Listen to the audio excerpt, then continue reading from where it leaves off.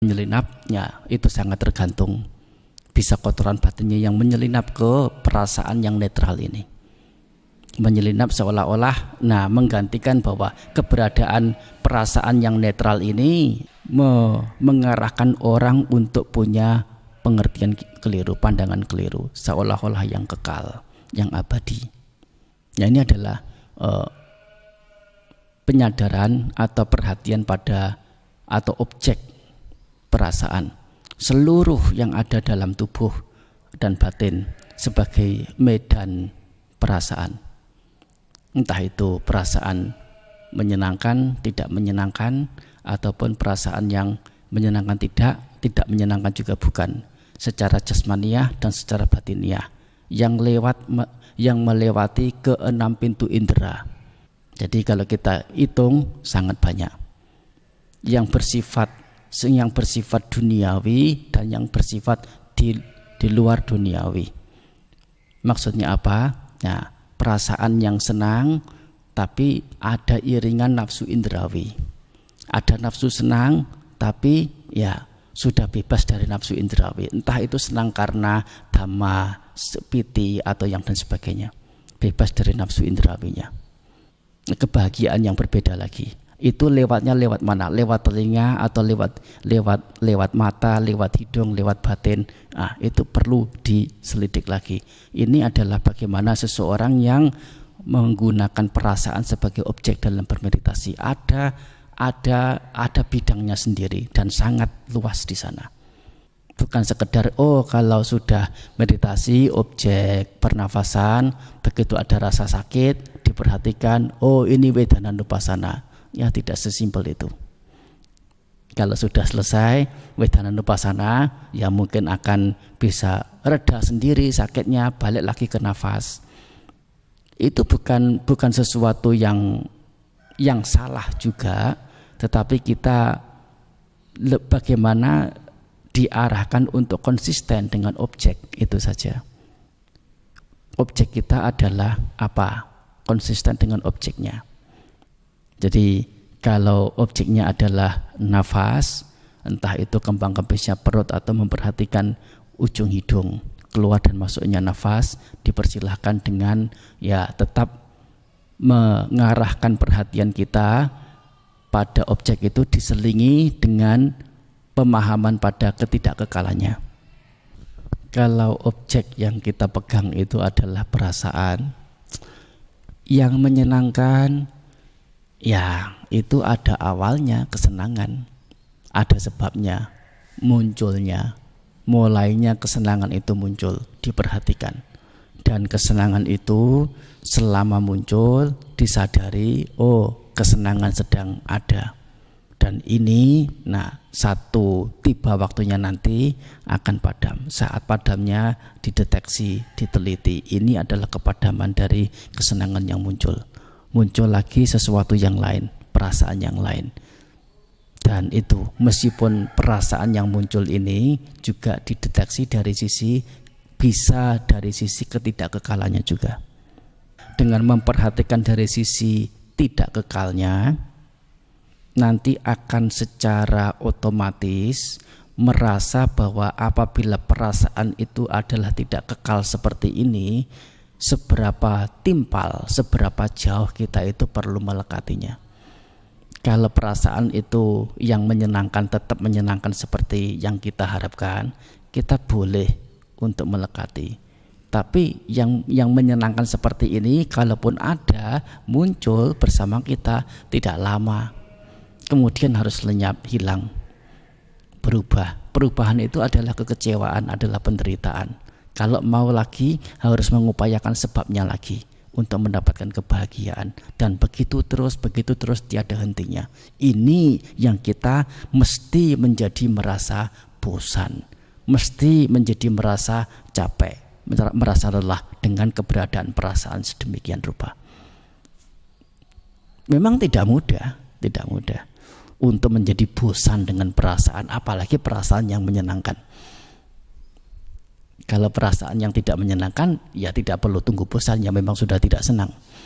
Tetapi bagaimanapun, dengan perasaan yang tidak menyenangkan sekalipun, kita juga menyadarinya. Ini perasaan yang muncul, kalaupun tidak menyenangkan, juga akan ada lenyapnya, akan ada padamnya. Bersabarlah, tidak menjadi geram, tidak menjadi meluap-luap saat hal yang tidak menyenangkan muncul pada kita. Berbicara tentang meditasi, pengembangan batin, sudah tidak berbicara tentang sila lagi. Mengapa? Oleh karena seperti seorang yang sudah belajar SMP, tingkat SMP, mata pelajaran SD tidak perlu dibahas lagi. Tidak perlu hitung-hitung 5 kali 6 berapa, tidak perlu dites lagi 5 kali 6, hitungan perkalian itu ya, mulai 2 kali 2 sampai 2 kali 4 sampai 9 kali 9, sudah tidak lagi, itu urusan SD. Pada intinya adalah satu, soalnya intinya adalah satu. Sila itu juga pengendalian kotoran batin, tetapi jangan sampai kotoran batin itu meluap lewat tindakan atau lewat ucapan, hanya itu saja. Jadi mengendalikan tubuh kita, mengendalikan ucapan kita dari tindakan-tindakan buruk, yaitu pelanggaran sila.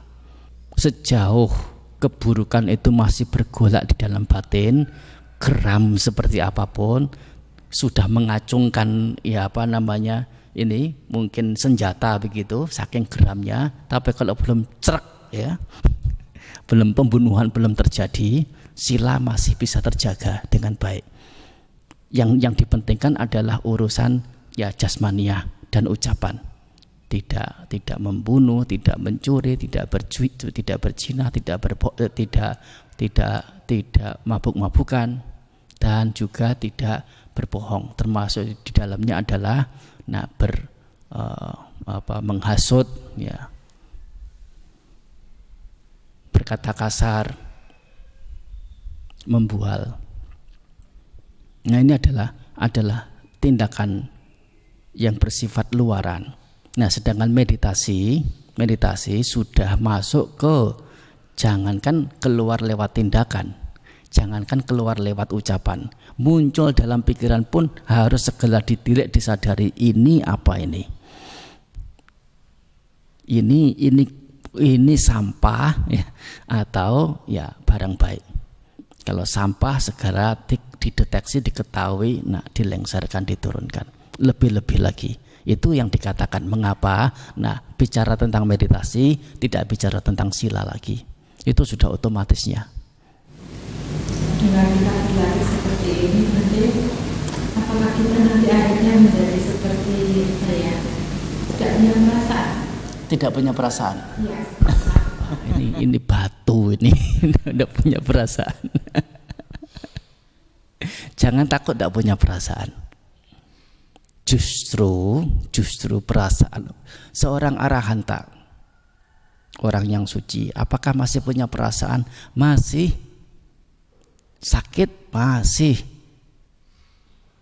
bahagia masih, perasaan menyenangkan masih, perasaan netral juga masih. Tetapi mampu kontrol, mampu deteksi, mampu tak mengetahui, sehingga baik perasaan tidak menyenangkan, baik perasaan menyenangkan maupun perasaan netral sekalipun tidak mampu mengicohkan beliau untuk punya pandangan keliru, apalagi sampai punya kotoran batin diakibatkan oleh perasaan yang tidak menyenangkan ataupun yang menyenangkan yang muncul dalam dirinya. Perasaan tetap ada, akan berlangsung. Justru kita bisa asik dengan permainan yang ada di dalamnya. Saat perasaan yang menyenangkan maupun yang tidak menyenangkan atau yang netral muncul, kita mampu mendeteksi perasaan yang luar biasa bahagianya, ya, bahagianya, mampu mendeteksi, sudah luar biasa bahagianya, sampai kemudian bisa melihat kepadamannya, sampai bisa berlangsung begitu terus menerus. Ini perasaan bahagia seperti ini disebutkan di dalamnya itu adalah antara piti dan suka itu sendiri. Soalnya di dalam situ akan muncul, kalau kemunculan kepadaman telah bisa dideteksi, melihat ketidakkekalan, dan dari situ kemudian muncul rasa atau pengertian tidak timpalnya untuk melekati sesuatu yang tidak kekal seperti itu. Nah, ini yang namanya kemungkinan piti suka muncul di saat-saat seperti itu, di kondisi-kondisi seperti itu. Siapa yang tidak tahu piti? Piti kalau di dalam bahasa Indonesia itu diterjemahkan kegiuran.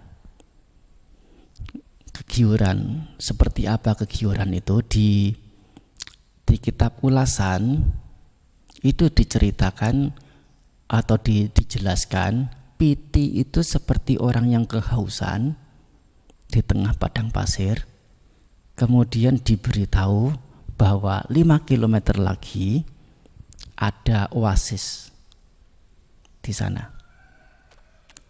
Jadi begitu mendengar berita ini langsung muncul perasaan yang kuat, itu dikatakan piti. Saat minum airnya itu disebut dengan suka. Setelah tiba di oasis itu bisa minum airnya, nah dikatakan suka, kebahagiaan. Hanya kalau ditinjau dari sisi makna atau arti kata, piti itu dari kata dari akar kata pa yang artinya minum. Bisa jadi juga piti itu artinya perasaan yang muncul dari orang yang kehausan saat tenggorokannya dilewati air sejuk, satu teguk demi satu teguk, inilah piti muncul. Kemudian di saat merasa sudah puas dengan air yang masuk, dia letakkan gelasnya, merasa lega, merasa puas, merasa lega, leluasa, inilah disebut dengan suka atau kebahagiaan. Nah, kedua penjelasan ini boleh dipakai dua-duanya. Tidak ada perbedaan yang mendasar dari keduanya antara piti dan suka. Piti ini satu bentuk satu keberadaan batiniah tersendiri, bukan perasaan, tidak sama dengan perasaan. Kalau perasaan itu hanya apa? Nah, dukkha, suka dan upekha.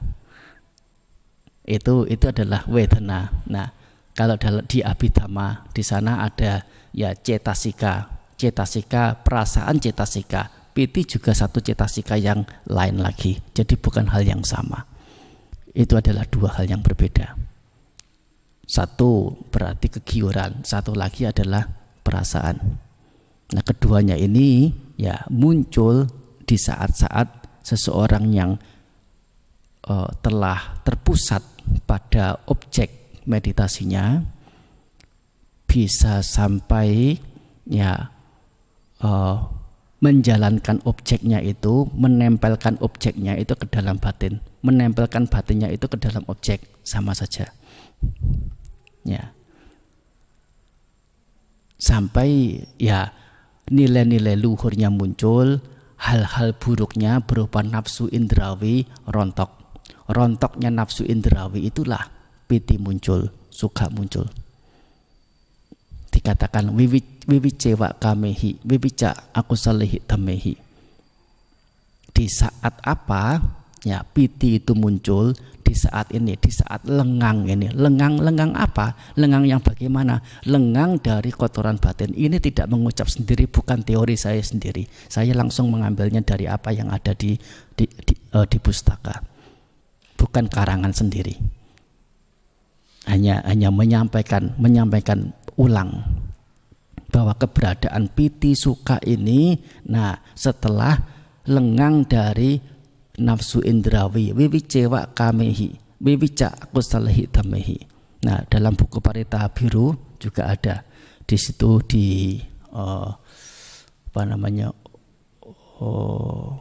kalau nggak salah Owada Patimokkha kalau tidak salah ya,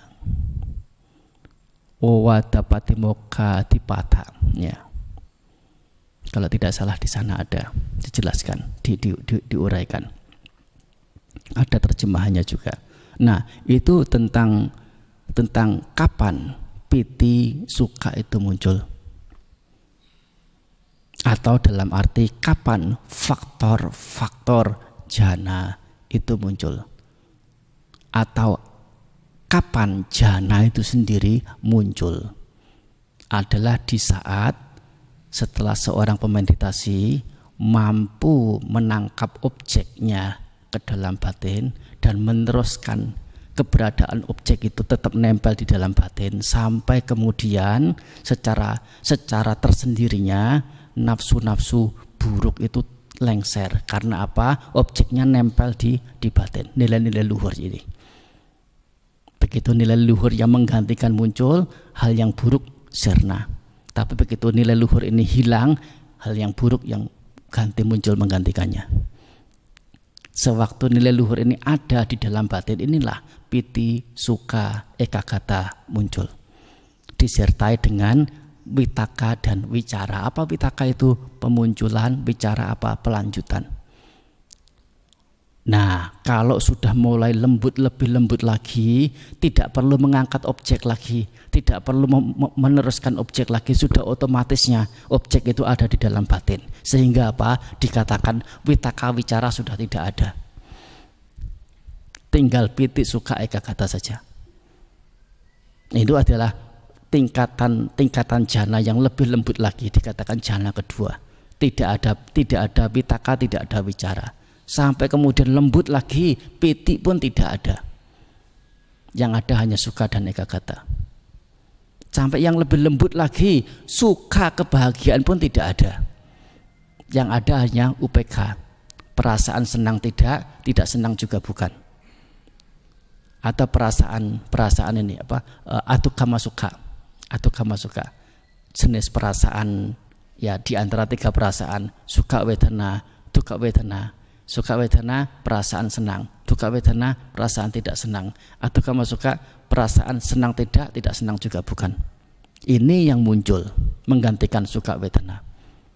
Nah pada jana yang keempat inilah seseorang dikatakan punya perhatian yang sempurna, sati parisuddhi, sempurnanya sati, sempurnanya perhatian.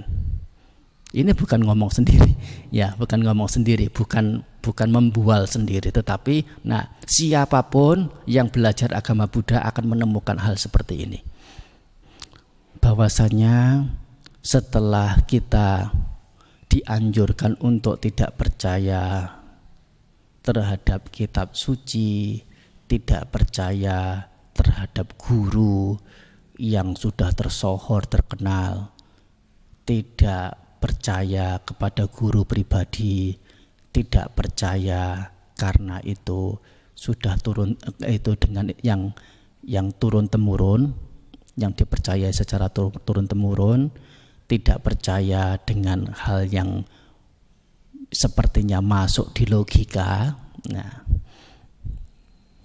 sebetulnya hal-hal apa yang telah disampaikan itu semuanya adalah patut dipercaya. Bukannya tidak patut dipercaya, tetapi jangan percaya dulu. Maksudnya begitu. Jangan percaya dulu sebelum apa? Diselidik bahwa hal seperti itu merugikan enggak bagi diri sendiri dan orang lain. Atau sebaliknya menguntungkan tidak untuk sendiri dan untuk orang lain. Bagaimana kriterianya? Apabila sesuatu itu dilakukan, kotoran-kotoran batin, loba, dosa, moha yang dulunya tidak muncul menjadi muncul, patut diketahui bahwa tindakan ini tindakan yang merugikan diri sendiri dan orang lain. Tetapi suatu perbuatan apapun perbuatan batiniah, perbuatan ucapan maupun perbuatan secara jasmaniah yang apabila dilakukan membuat atau diiringi dengan hal-hal yang baik yang belum muncul, yaitu aloba atau sa'amuha, yang belum muncul menjadi muncul aloba, tidak serakah, tetapi apa, bisa muncul rasa berbagi, memberi. Tidak muncul kebencian, tapi sebaliknya muncul cinta kasih. Tidak muncul kebodohan, tapi sebaliknya muncul pandangan benar, pengertian benar. Hal seperti ini yang patut untuk diyakini sebagai hal yang benar, sebagai patokannya. Jadi semua yang ada di atas sebelumnya itu, entah itu Tripitaka, kitab suci apa yang lain, ajaran guru siapapun, logika bagaimanapun, pepatah-pepatah, apapun bentuknya. Nah, apabila setelah ditelusuri sesuai dengan ini patokannya, bolehlah kemudian mempercayainya, dan tidak harus yang harus Gotama saja yang mengajar baru kemudian dikatakan benar. Dari guru yang lain memungkinkan untuk benar juga, memungkinkan, bukan monopoli Buddha kebenaran, itu yang dimaksud juga. Siapapun jangan percaya sama Buddha juga sebelum ada kriteria ini ada pada Anda. Tetapi setelah Anda menyelidik melalui kriteria seperti ini, bagaimana itu kata-kata Buddha, bolehlah kemudian kalian untuk mempercayai Buddha. Ya, untuk para peserta yang mungkin juga telah mengikuti bentuk pelatihan meditasi di tempat lain yang barangkali juga kok sedikit berbeda caranya. Memang ini nyata berbeda. Kalau yang di lain tempat mungkin diarahkan untuk sebatas memperhatikan nafas masuk keluar, atau kalau sedang berjalan, nah kaki kiri, kaki kanan diperhatikan sebatas memperhatikan gerak saja. Tetapi di sini diarahkan untuk selain memperhatikan nafas atau memperhatikan objek, termasuk objek berjalan, diharapkan juga menyertakan bahan-bahan ke dalamnya, yaitu bahan-bahan tentang ketidakindahan, kerapuhan atau derita, cacat, ketidakkekalan, dan ketidakadadirian. 4 hal ini sebagai sesuatu yang esensi dalam meditasi Buddhis. Apabila pelaksanaan meditasi Buddhis tidak didasari dengan salah satu dari 4 hal ini, dapat dipastikan itu bukan meditasi Buddhis. Yang mana 2 pertama memungkinkan untuk diajarkan di ajaran lain, tentang menyadari tentang ketidakindahan dan kerapuhan atau sisi cacatnya. Sisi cacatnya sesuatu, tidak ada sempurnanya sesuatu. Tapi 2 terakhir, yaitu anicca dan anatta, terutama yang terakhir anatta ini, hanya diajarkan dalam agama Buddha saja. Ya, kalau tidak ada pertanyaan, ada sisa waktu tidak banyak lagi untuk bisa balik berlatih meditasi. Ya, bisa dengan duduk, posisi duduk. Bermalam sampai beberapa malam dengan tempat tinggal yang sangat sederhana apa adanya, ala kadarnya.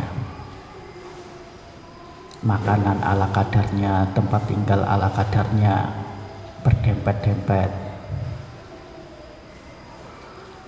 Ini tidak biasa, dan ini dengan kegiatan keseharian yang hanya duduk membosankan. Semuanya ini sebagai pemicu untuk lebih jauh, lebih peka. Kalau ada hal yang tidak beres sedikit di matanya, di telinganya, ya biasa langsung nyaut, langsung konslet, langsung menjadi ya punya tanggapan. Dan tanggapan-tanggapan ini umumnya disertai dengan bukan cinta kasih, tapi kebencian, ketidakpuasan, rasa sengit. Tidak sedikit orang yang walaupun sudah berkali-kali ikut retreat, sekali waktu ikut retreat lagi, apa yang dia dapatkan selama retreat dari hari pertama sampai hari pulangnya selama 10 hari adalah kebencian. Adalah kebencian.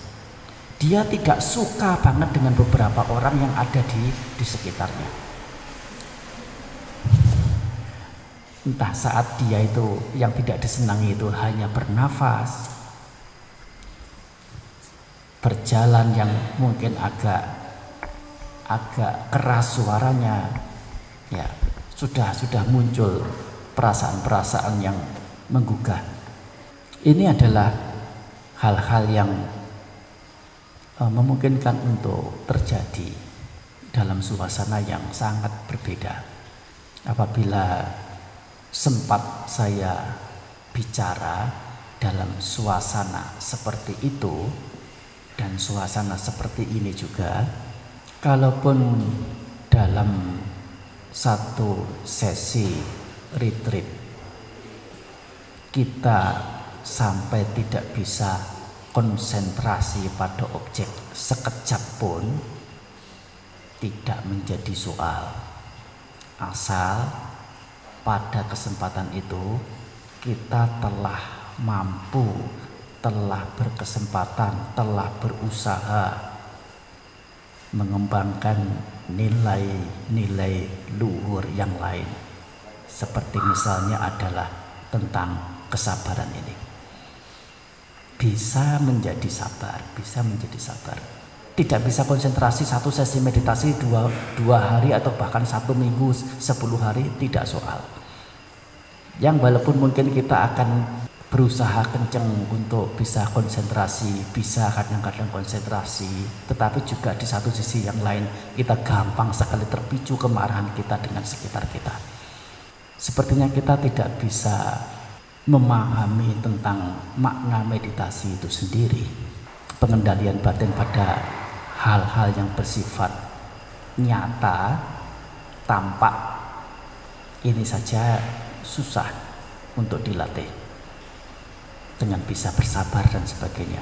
Apalagi sampai bisa menunjukkan kepedulian, menunjukkan perhatian, menunjukkan kewelas asihan dengan siap membantu. Ini adalah real, adalah yang nyata, dan bentuk atau sikap yang dapat dipastikan diwarnai dengan nilai-nilai luhur.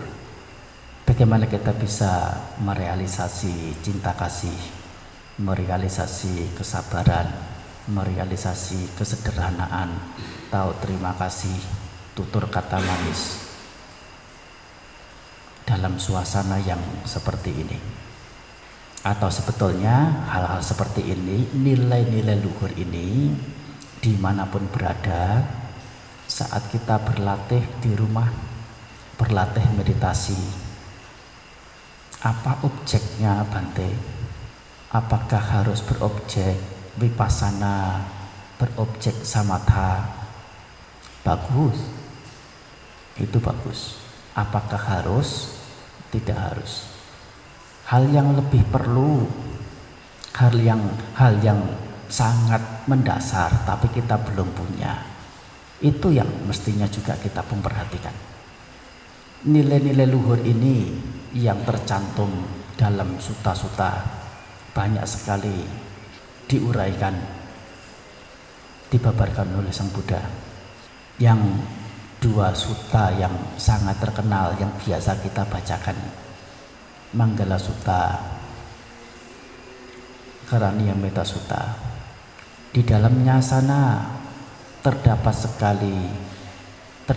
banyak sekali nilai-nilai luhur Santosaku sebagai orang yang bisa puas atas segala apa yang dimiliki. Subharo artinya mudah dirawat, mudah diopeni, tidak rewel. Sebagai anak ya mudah dirawat, mudah diopeni oleh orang tuanya. Sebagai orang tua juga mudah diopeni, dirawat oleh anaknya. Sebagai suami mudah dirawat istrinya. Sebagai istri juga mudah diopeni, dirawat oleh suaminya. Nah, ini adalah nilai luhur yang seseorang mesti terapkan. Untuk bisa menerapkan perlu ditumbuhkan dan dikembangkan. Proses menumbuhkan dan mengembangkan ini perlu waktu, perlu usaha. Usaha menumbuhkan dan mengembangkan nilai-nilai luhur berupa sifat atau sikap mudah dirawat agar bisa ya mewarnai batin kita, mewarnai sikap kita, mewarnai tindakan kita keseharian. Nah, ini disebut dengan sudah bermeditasi. Kita ambil satu poin demi satu poin yang merupakan nilai luhur yang tercantum dalam suta-suta tersebut. Satu lagi tadi tentang Santosaku sebagai orang yang berpuas atas segala apa yang dimiliki. Ini juga satu imbangan kita selaku Buddhis. Apa yang mestinya kita terapkan selaku orang yang memiliki pengertian benar? Berpuas dengan segala apa yang dimiliki. Biasa ini diterjemahkan secara keliru atau dimengerti secara keliru, kemudian ya dipakai sebagai alat sanggahan.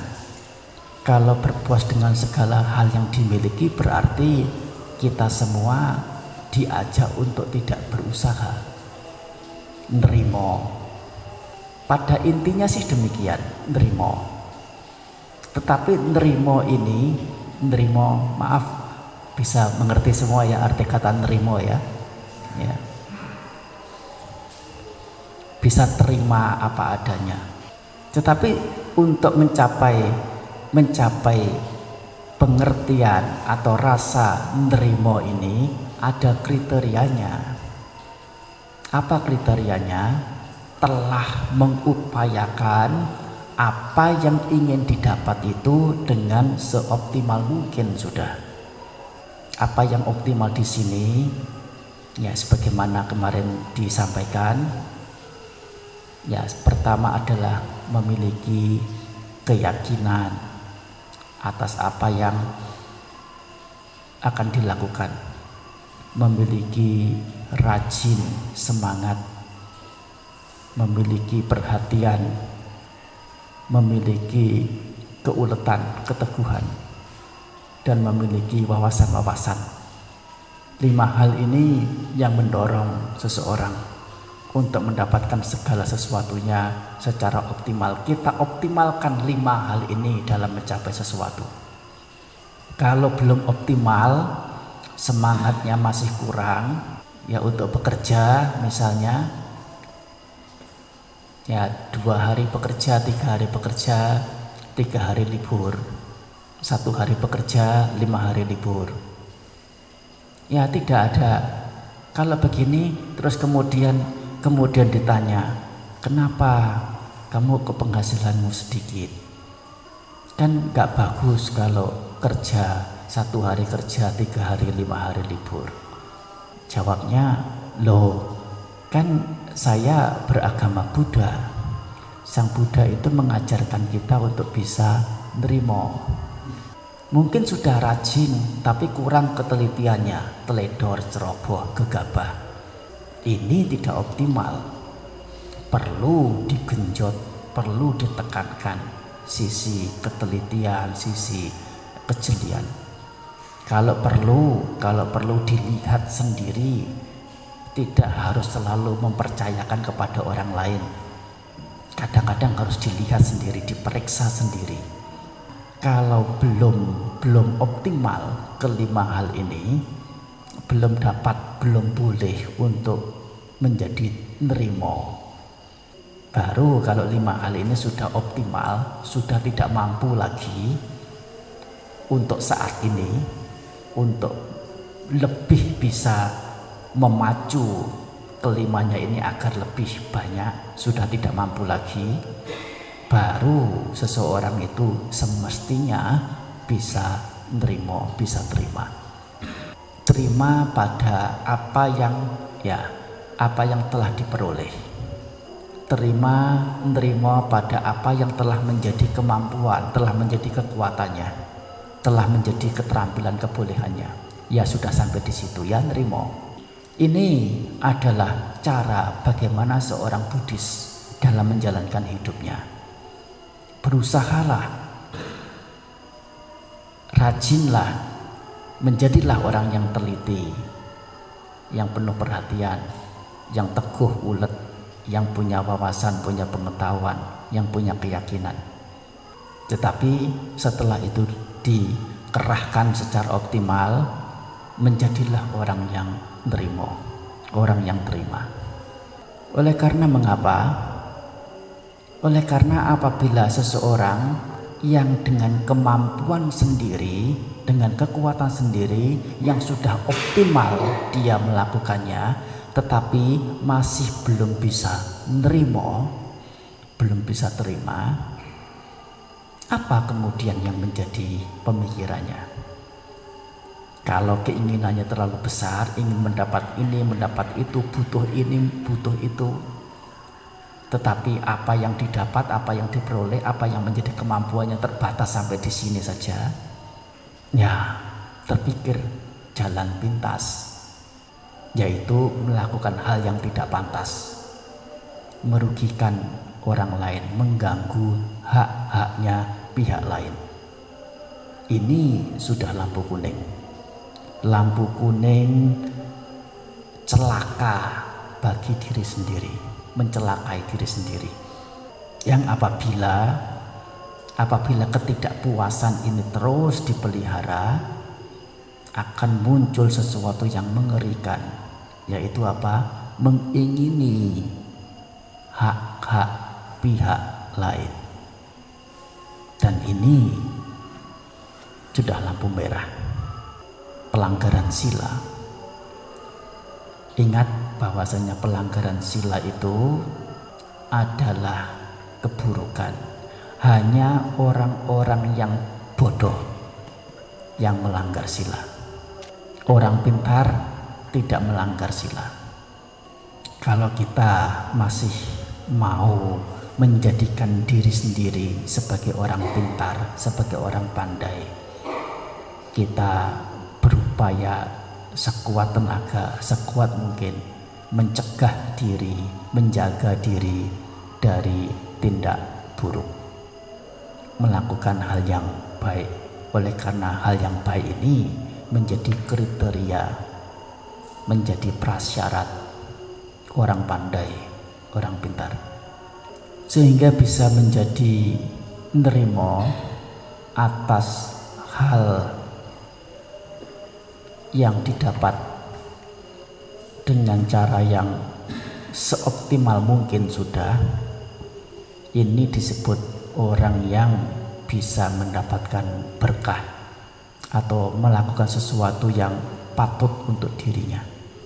Kalau di Manggala Sutta ada juga ya, berpuas dengan apa yang dimiliki. Bagaimana bahasa palingnya dalam Manggala Sutta? Santuti Cakatanyuta, betul ya? Santuti itu artinya berpuas dengan apa yang dimiliki. Dalam Karaniya Metta Sutta juga ada Santusako, ya, Santusako, ya. Jadi ada 3 kriteria menjadi orang yang berpuas atas apa yang dimiliki. Tadi sudah disebutkan dua, berpuas dengan apa yang didapat, berpuas dengan apa yang menjadi kekuatan kemampuannya, dan tiga, berpuas dengan apa yang dipakai untuk dirinya. Artinya apa? Kalau dapatnya sedikit, belanjanya juga sedikit menyesuaikan. Jangan belanja lebih banyak dari pendapatan. Itu namanya bukan orang yang bisa berpuas terhadap apa yang dimiliki. Kalau mendapatnya banyak, bagaimana menggunakannya?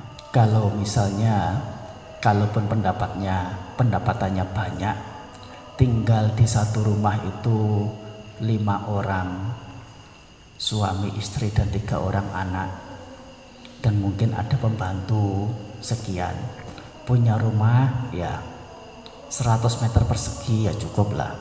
Atau berapa? Bukan 100 meter, berapa biasanya? 300 ya, 300 meter persegi cukup lah.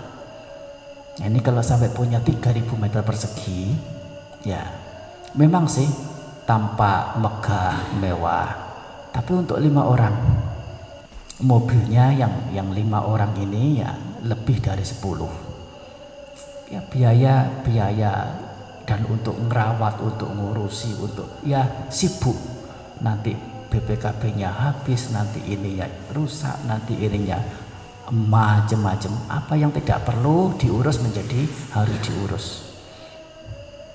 Nanti pajaknya, nanti kedaluarsa, ini itu banyak sekali. Nah, meskipun dapatnya banyak bukan berarti juga boleh untuk ya menggunakannya banyak. Boleh sih, tapi tidak pantas untuk ya kriteria sebagai orang yang bijaksana, orang yang bisa mengerti ya manfaat untuk diri sendiri. Ini yang disebut dengan punya rasa puas dalam menggunakan, dalam memakai. Jadi ada 3 puas di sini. Puas dalam mendapatkan, memperoleh apa yang telah didapat. Puas dengan apa yang menjadi kemampuan, kekuatannya, dan puas dengan apa yang bisa dipakai, digunakan. Puas dalam menggunakan, dalam memakai. Kepuasan ini ya santusako ya, sebetulnya dalam bahasa Indonesia juga dipakai yang namanya sentosa, yaitu santuti ini sama, santusako sama. Apa itu sentosa? Ya sama, puas. Sentosa ini biasanya bergandeng dengan kata makmur. Makmur dan sentosa itu lengkapnya begitu gandengannya. Kalau makmur itu banyak di sisi materi, barang-barang yang dimiliki, punya aset banyak, namanya makmur. Semakin banyak malah semakin kelihatan makmurnya. Satu lagi adalah sisi sentosanya, itu punya kesentosaan apabila dia punya nilai-nilai kepuasan atas apa yang telah dimiliki. Jadi makmur sentosa itu adalah definisi orang kaya yang ideal. Siapa orang kaya itu? Adalah orang yang makmur dan sentosa.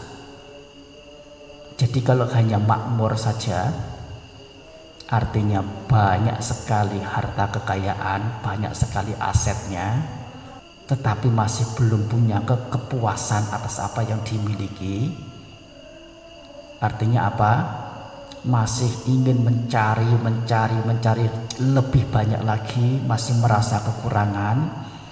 Sebetulnya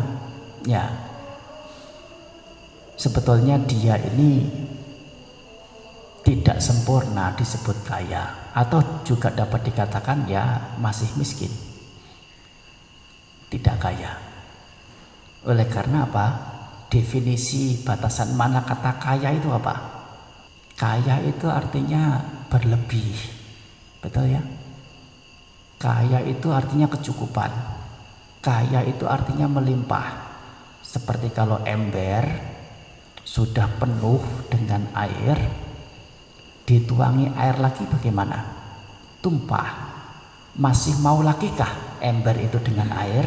Tidak mau lagi. Sudah tidak mau. Sehingga kalau seseorang dengan kekayaan yang dia ada masih merasa kurang dengan harus mencari, yang kadang mencarinya itu tidak pandang cara, yang baik juga digunakan, yang buruk juga dipakai, tidak ketang harta kekayaan yang sudah dikumpulkan itu juga sudah sekian banyaknya. Dia sebetulnya sebagai orang yang miskin. Karena apa? Masih merasa kurang, masih harus mencari. Dia bukan orang kaya. Kalaupun mau disebut, bolehlah disebut dia adalah orang yang berharta banyak, tapi bukan orang kaya. Soalnya batasan makna kaya itu artinya adalah berlebih, berkecukupan, melimpah. Jadi kalau orang masih butuh, masih ingin, masih mencari dan mencari, apalagi mencarinya itu dengan keserakahan, dengan keinginan yang sangat kuat. Orang yang telah merasa cukup, merasa puas, kalaupun hartanya sedikit, hartanya jauh lebih sedikit, ini yang lebih pantas untuk disebut sebagai orang kaya. Terbukti dengan dia malah bisa berbagi, bisa berdana. Orang yang hartanya sedikit, orang masyarakat sekitar mengatakannya, oh dia miskin. Tapi kalau dia bisa berbagi, bisa aweh-aweh, bisa kasih sesuatu kepada tetangga, kepada siapa yang membutuhkan, kadang memberinya kepada mereka yang lebih mampu. Sebetulnya dia ini orang kaya. Bisa memberi, bisa berbagi, tidak gampang. Kalau tidak merasa punya, ya tidak mungkin berbagi. Dan merasa punya, merasa ada, itulah perasaan inilah yang menjadikannya dia kaya. Kalau hartanya banyak tetapi masih merasa kurang, masih ingin, masih mau serobot haknya orang lain, ya sebetulnya dia adalah sekedar orang yang hanya punya harta banyak, punya banyak harta, tapi bukan orang kaya. Dia masih sebagai orang yang miskin.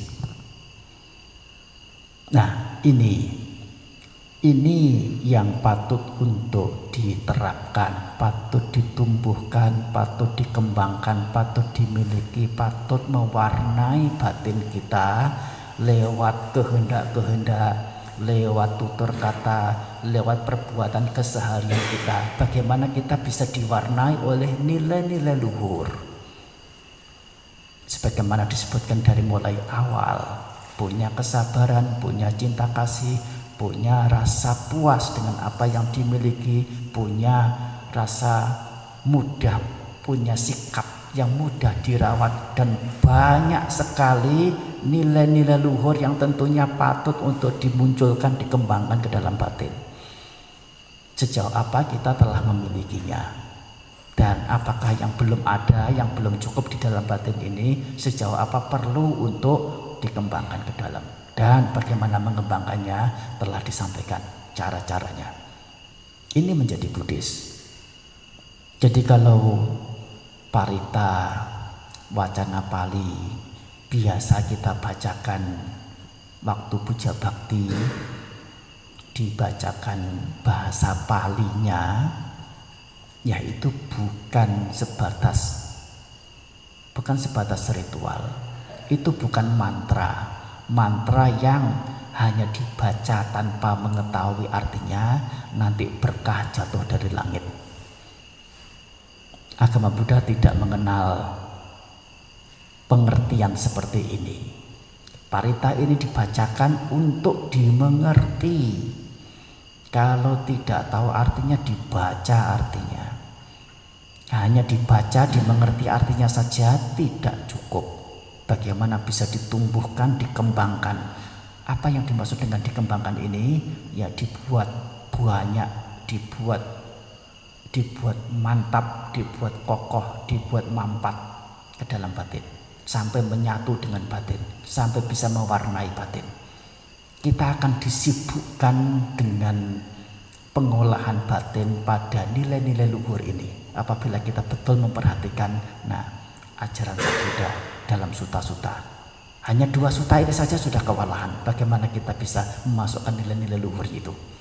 Karaniyameta Sutta, Manggala Sutta ini. Nah, ini adalah satu sikap yang nyata kita sebagai siswa Sang Buddha, sebagai pengikut Sang Buddha, umat Buddha, yaitu apa? Menerapkan apa yang Sang Buddha ajarkan ke dalam diri kita. Bukan sebatas datang ke wihara, puja bakti, baca parita, sekedar ritual, selesai, pulang. Kalaupun itu tidak jelek, tetapi manfaat yang maksimal, yang optimal tidak didapatkan. Nah, ini adalah disampaikan di sini pada acara ini, oleh karena saya merasa adalah cakupan makna kata pengembangan batin. Satu proses menumbuhkan dan mengembangkan nilai-nilai luhur ke dalam batin sendiri. Barangkali dari uraian yang katakan sebagai pengantar ini akan bisa ditanggapi dengan pertanyaan-pertanyaan, hal-hal yang berkisar dengan uraian tadi, ya bisa diajukan pertanyaan kalau ada.